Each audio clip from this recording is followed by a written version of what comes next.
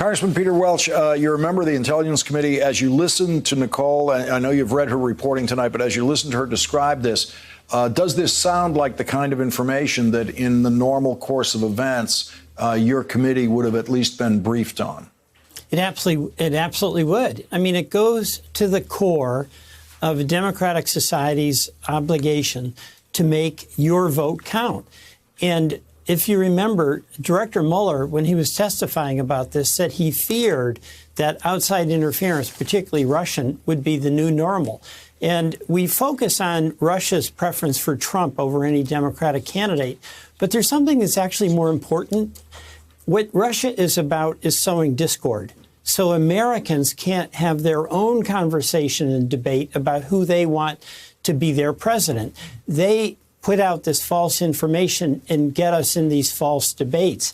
So there should be some common ground here, whether it's the mayor of a city or the president of the United States, who has an obligation to do everything possible to make certain that it's Americans or the people in that city who make the decision, free of interference from foreign involvement.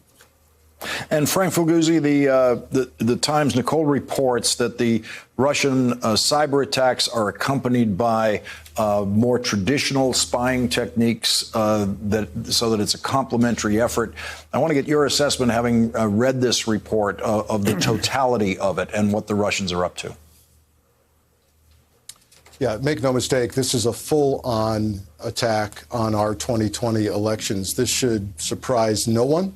We were told this was going to happen, and it's playing out. And let me expand on something the congressman said about the Russia intention of sowing discord and sending a message.